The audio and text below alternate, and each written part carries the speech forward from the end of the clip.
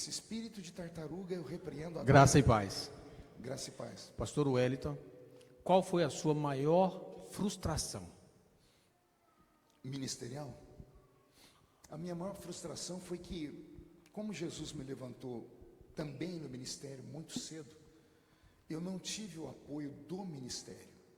Porque sendo um assembleiano do Ministério do Belém e muito novo, eu comecei a pregar pelo mundo como diácono ainda.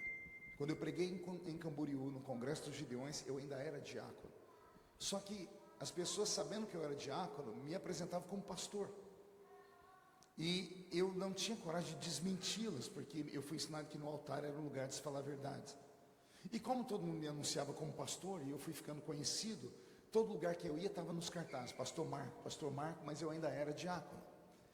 Quando um pastor muito grande no Brasil perguntou de qual convenção eu era pastor, e eu nem sabia que tinha mais de uma convenção, deu tudo errado. Ele falou, de qual convenção você é? Eu falei, eu não sabia dizer o que era uma convenção, porque eu era um diácono do interior de São Paulo. E para mim eu era assembleiano, mas eu não sabia que tinha lá em São Paulo a Confradesp, que era a Convenção de Ministros da Assembleia de Deus do Estado de São Paulo, que tinha a Comadesp, que tinha a CEADERJ, que tinha a CEADISPEL, um monte de convenções. E quando eu não soube responder, ele falou assim, me dê a sua credencial, que na sua credencial está escrito de qual convenção você era. Aí eu entreguei a minha carteirinha de diácono. Ele parou o carro. Eu nunca vou esquecer a fisionomia dele. Ele já era um ancião, um homem de cabelos brancos. Ele olhou para mim, você é diácono? Eu disse, sim, senhor.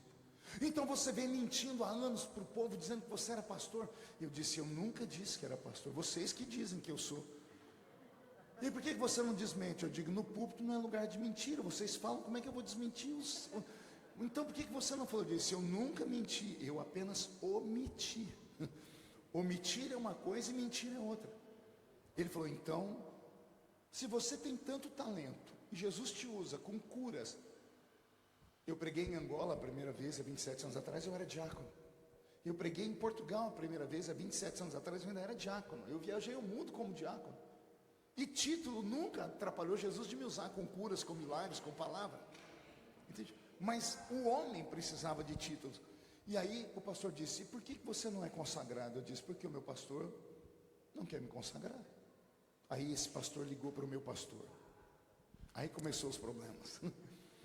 Pastor, fulano de tal, por que o senhor não consagra esse menino, pastor? Eu disse, porque ele não tem chamada. Eu já falei para ele, se ele quer ser pastor, tem que provar que tem chamada. E para provar, ele tem que parar o que ele faz, que é ficar andando igual um vagabundo de igreja para igreja, e assumir uma congregaçãozinha aqui no interior, que nós temos ali 10 crentes, quero ver se ele é pastor lá. Enquanto ele não fizer isso, eu não consagro ele a pastor. A notícia começou a esparramar, e da mesma maneira que eu ascendi ministerialmente, as portas se fecharam da noite para o dia. Porque para os homens, não importava se as pessoas eram curadas, batizadas com o Espírito Santo ou abençoadas. Para os homens importava se eles falassem assim para mim, senta, deita, rola, finja-se de morto.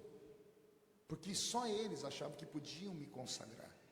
Hoje, como pastor do nosso ministério, o pastor Sângelo é testemunha disso, ele viu a nossa consagração lá em Orlândia. Eu digo, quando no dia de separar obreiros, eu falo, eu não consagro ninguém. Porque eu não sou Deus. E eu não tenho dom para dar a ninguém. O episcopado é um dom. Quem deseja o episcopado, excelente obra, deseja. Mas como eu, um homem, posso fazer alguém pastor? O que eu posso fazer, no máximo, é confirmar. Então a consagração não vem da horizontal, vem da vertical. O que o homem faz, se tiver visão de Deus, vai confirmar. E se não tiver visão de Deus, não vai confirmar. Pior, às vezes não tem a visão de Deus e confirma alguém que não é. E aí começa um monte de gente cair, porque não tem vocação, porque está fora do lugar. Agora, será que alguém aqui tem dúvida da minha chamada ou não? Eu tenho chamada de verdade ou não? Como pastor, como profeta, tudo? Pois bem, mas os homens não quiseram. Essa foi a minha maior frustração. Só que aí também vem a parte milagrosa. Pergunte qual? Quando tudo isso aconteceu aqui, o inimigo fecha uma porta, Deus abre 10. Eu fui pregar nos Estados Unidos da América, já era a segunda, terceira vez.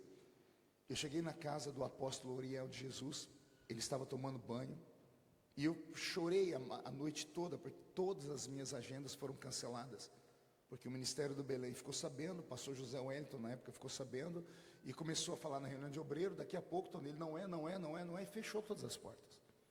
Aí eu estava lá na casa do pastor Uriel, do apóstolo Uriel, viajei a madrugada inteira, ele morava em Boston, e eu chorei a viagem toda por causa de humilhação.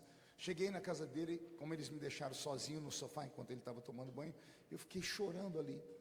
Dentro do banheiro ele deu um grito, aleluia. Começou a gritar e falar em línguas. Aí ele saiu enxugando o cabelo dele, ele olhou para mim e disse, ele me chamava de Quen Quen, era o pato dele, ou Quen Quen, ele é uma maneira carinhosa. Por que Jesus está me dizendo que você não é pastor? E por que ele só está me dizendo isso agora? Aí eu contei para ele a história. Ele disse, mas você é pastor, porque eu vejo a unção sobre a sua vida. Eu disse, mas os homens não. Ele disse, os homens do Brasil não veem.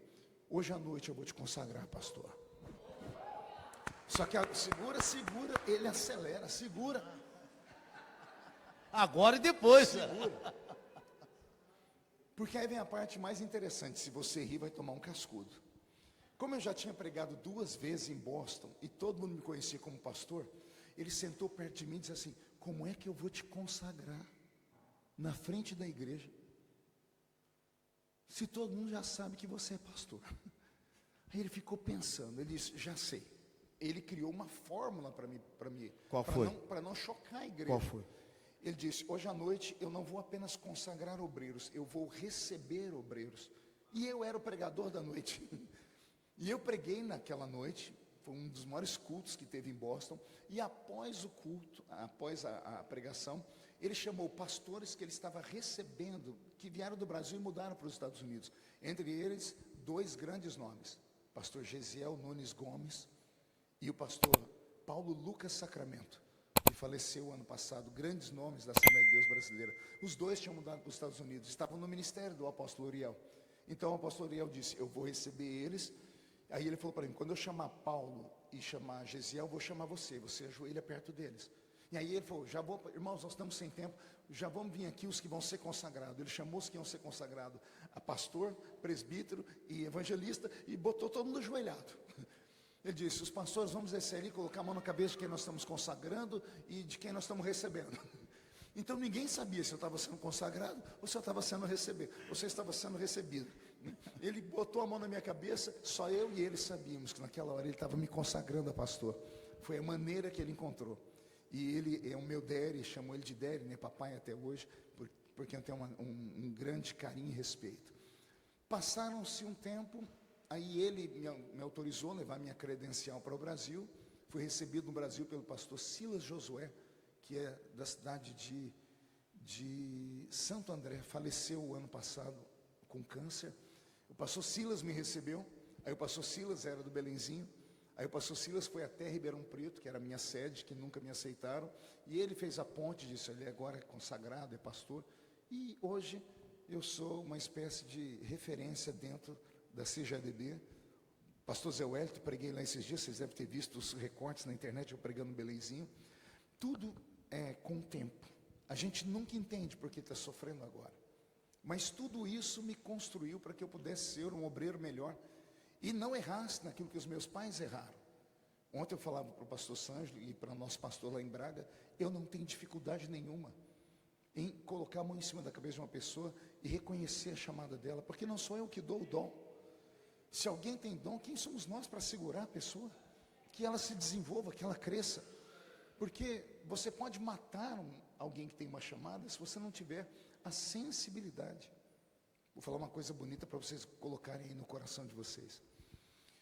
Você sabe onde estão os maiores tesouros do mundo? Pergunte a mim aonde, pastor? Aonde, pastor? Nos cemitérios. Vocês já imaginaram quantas músicas que nunca foram escritas nem cantadas?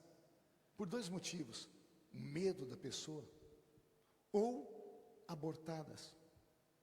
Então, quando você mata o ministério de alguém, quando você mata o sonho de uma pessoa, só Deus sabe que você está matando. Então, a nossa igreja, a Catedral do Avivamento, não é um cemitério, é uma casa de sonhos.